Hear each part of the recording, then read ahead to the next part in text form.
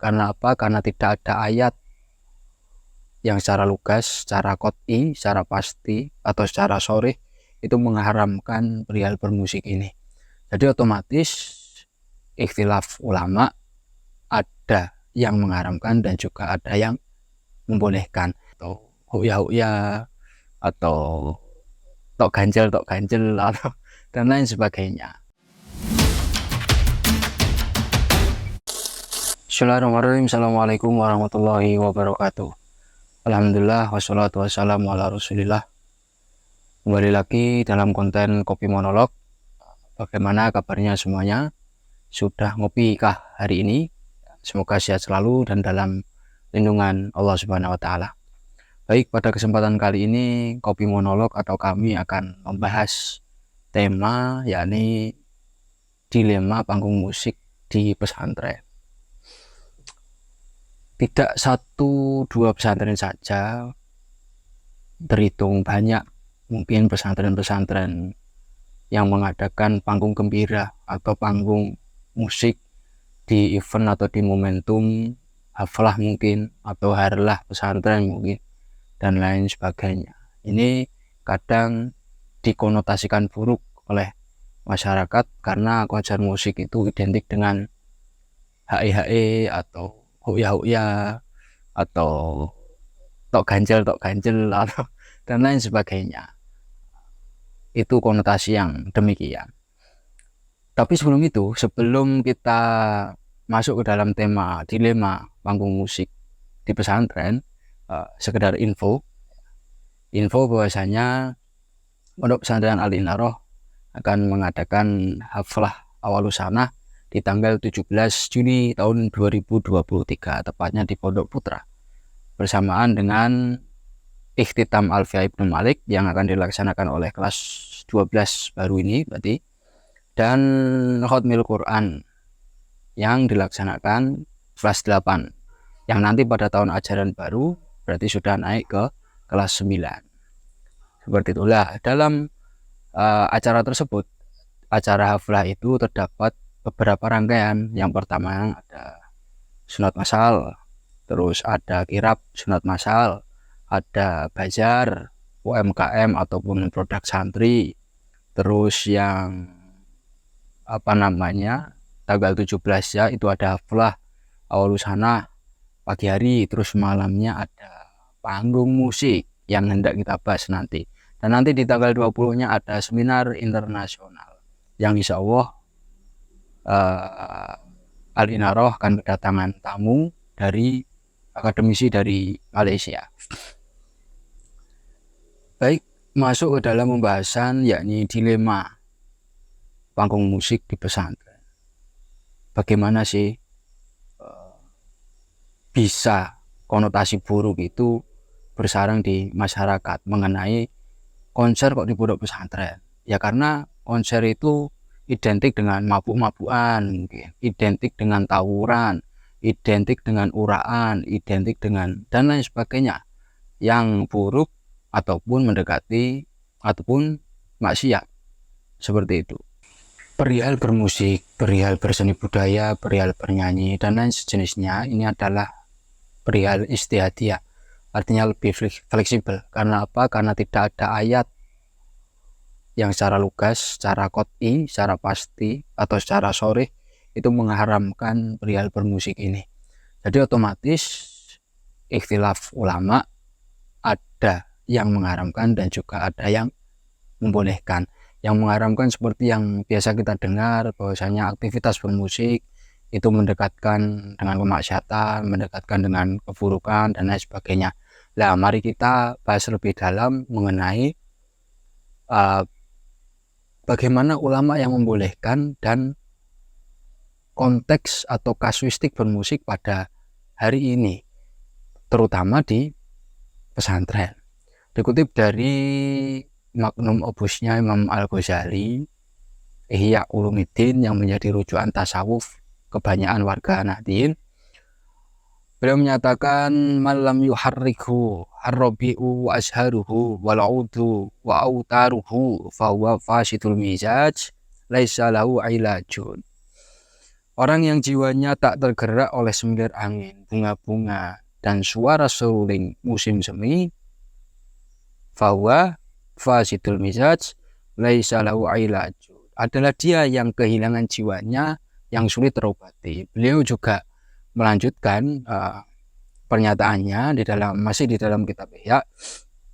Langsung maknanya saja, makna dan garis besar di mana beliau itu mendorong atau membolehkan aktivitas bermusik itu. Beliau mengisahkan Abu Thalib Al-Makki mengatakan bahwa ulama Hijaz, Mekah, dan Madinah dahulu selalu mendengarkan nyanyian pada hari utama dalam setahun, yaitu hari yang diperintahkan Allah untuk menyebut namanya, seperti hari Tasyrik. Hingga kami menemukan Qadhi Marwan, dia memiliki beberapa budak wanita yang memang disuruh untuk bernyanyi untuk manusia dan ia siapkan untuk para sufi, atau juga memiliki 2 budak wanita yang bernyanyi, maka saudara-saudaranya mendengarkan keduanya. Kisah lain, Abu Thalib Al-Makki mengatakan, ada yang bertanya kepada Abu Hasan bin Salim, bagaimana engkau ingkar melarang mendengarkan nyanyi, padahal Al-Junaid itu membolehkan, Syari Syakoti membolehkan.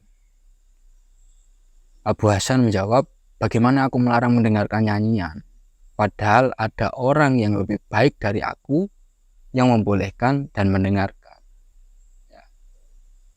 Yang aku ingkari adalah permainan yang ada di dalam nyanyian. Permainan inilah yang ditekankan pada kelompok ulama yang mengharamkan bermusik. Mungkin mendekatkan pada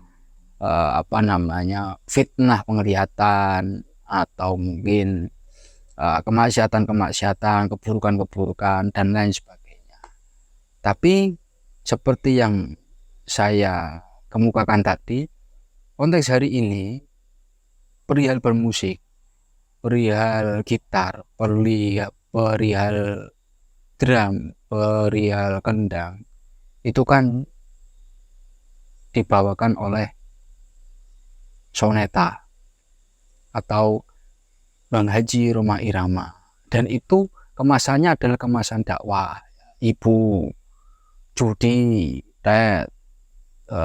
terus minuman keras dan lain sebagainya, dan nasi daria, bersolawat, yang untuk konteks santri Mbak Mutinida Ratu Kendang, ya, Qala Muhammadun wa sambil kendangan. Nah, itu artinya pengingkaran itu di hari ini sudah tidak relevan lagi. Artinya konteks bermusik ini memang sudah digunakan untuk hal-hal yang positif. Nah, terkait ibarat tadi, ini akan kita bedah dengan disiplin ilmu lain. Itu satu ibarat dari Ihya yang menyatakan kebolehan bermusik menurut Imam Ghazali. Dari usul fikih, dari kaidah fikih pun, ya, al-hukmu yaduru ma'a illatihi wujudan wa adaman. Maksudnya apa? Hukum itu berputar bersama ilatnya. Ada dan tidaknya ilat tersebut.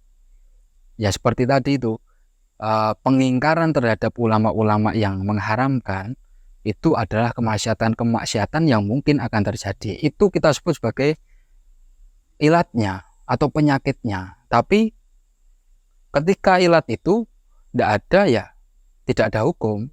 Maksudnya al-hukmu yaduru ma'a illatihi wujudan wa adaman, itu ya ada ilat, ada hukum.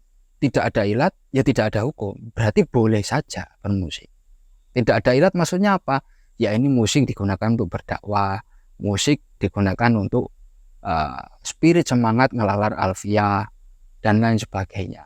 Nah, itu dari segi fikih, dari segi ibarat yang dikemukakan di dalam Ihya oleh Mbah Imam Ghazali. Selanjutnya mari kita lihat manfaat bermusik dari sisi psikologi seumpama. Bermusik manfaatnya apa? Mempermudah hafalan, memperbaiki mood, memacu adrenalin, memacu semangat, menurunkan kecemasan. Contoh, ambil saja contoh menurunkan kecemasan. Rata-rata dokter bedah semua. Dokter bedah ini sebelum melakukan bedah, beliau itu nyetel musik rock dulu rata-rata. Biar apa? Biar kecemasannya itu terkendali. Karena apa? Ya walaupun sudah berpengalaman, yang mau dibedah ini kan manusia, organ manusia mau dibedah, mau diambil penyakitnya dalam rangka ikhtiar sehat. Dalam musik ini membersamai ikhtiar sehat, apa yang tidak maslahat bermusik ini dibedah biasanya yang berbau distorsi lah pokoknya musiknya, musik rawek ya itu. Terus hafalan lalaran atau ikhtitam alfiah ini yang akan datang, itu ada lagunya Ikan Dalam Kolam. Tapi dengan lagu itu akan mempermudah bait-bait alfiah itu diingat ataupun sorof dan lain sebagainya. Itu dari psikologi, dari pendidikan ya bisa menjadi terapi bicara, mungkin terapi ya mempermudah hafal, mempermudah ingat. Tapi di sisi lain di pendidikan itu kan santri, kan perempuan kok nyanyi. Loh, salah satu tugas pendidikan adalah memerdekakan bakat dan minat kemanusiaan kita. Artinya selama dalam koridor baik, selama dalam koridor maslahat, kenapa tidak? Kalau kasuistik di sini seumpama orang bisa nyanyi tapi dia pemalu, dia sulit adaptasi dengan teman-temannya di pesantren. Tapi sekali saja dia mendapatkan kesempatan dan dia berani untuk bernyanyi seumpama, itu akan menaikkan level kepedean dan keoptimisan dia di dalam berbaur dengan teman-temannya sekian persen. Nanti menaikkan lagi, oh saya tadi habis nyanyi, saya ikut ekskul kelompok seni budaya seumpama, saya menyanyi dan orang-orang apresiasi dengan saya, yang tadinya tidak pede menjadi pede. Kepedean itu dia gunakan untuk bersosialisasi dengan teman-teman pesantren, akhirnya hidup nyaman di pesantren, hari-harinya enak, belajar pun juga enak. Nah, itulah beberapa manfaat yang mungkin bisa dirasakan bagaimana bermusik. Lantas bukan berarti menyudutkan pendapat yang mengharamkan musik itu, tidak. Karena pengharaman itu kan jelas. Maksudnya pengingkaran ulama atau pengharaman ulama terhadap aktivitas bernyanyi atau bermusik itu kan jelas. Ditakutkan ada syahwat atau ditakutkan ada kemadharatan, ditakutkan ada maksiat-maksiat di dalamnya. Tapi asalkan tidak ya boleh-boleh saja. Yang masalah adalah orang-orang hari ini yang memandang pesantren ada bernyanyi, pendidikan pesantren ada menari, pendidikan pesantren ada konser, itu sebagai sesuatu hal yang salah, sesuatu hal yang keliru. Loh, kenapa harus keliru? Artinya agama yang luas itu tersempitkan oleh sempitnya pikiran kita. Kenapa harus begitu? Sebaiknya agama ini kita letakkan pada segala aktivitas manusia. Ketika kita mempersempit agama hanya dengan teks-teks sunnah, teks-teks wajib, teks-teks ibadah, agama akan rawan usang, agama akan mudah sekali tidak relevan di dalam ruang dan waktu, di dalam peradaban manusia. Sedangkan kita sudah menemukan maqasidus syariah, sudah menemukan fikih peradaban, sudah menemukan fikih kebangsaan. Masa kita mau jumut-jumut saja? Kita masih ribut dengan makanan yang tidak syar'i atau kelepon makanan tidak syar'i, yang syar'i adalah kurma. Bagaimana kita membangun peradaban Islam yang benar-benar sebagai rahmat atau Islam rahmatan lil alamin? Ya sudah, memang kalau berprinsip tidak sepakat dengan bermusik di pondok pesantren, ya kita hargai. Yang sepakat ya kita kawal bersama-sama komitmen baiknya. Artinya apa? agama yang luas itu terbatasi dengan pikiran manusia yang dangkal, dan pikiran manusia itu dibatasi oleh agama, ajaran agama yang luas. Yang penting saling menghargai, saling menghormati, dan toleransi itu adalah kunci utama. Tidak usah menyalah-menyalahkan. Yang setuju bermusik ya silahkan, yang tidak ya sudah. Yang penting saling menghargai.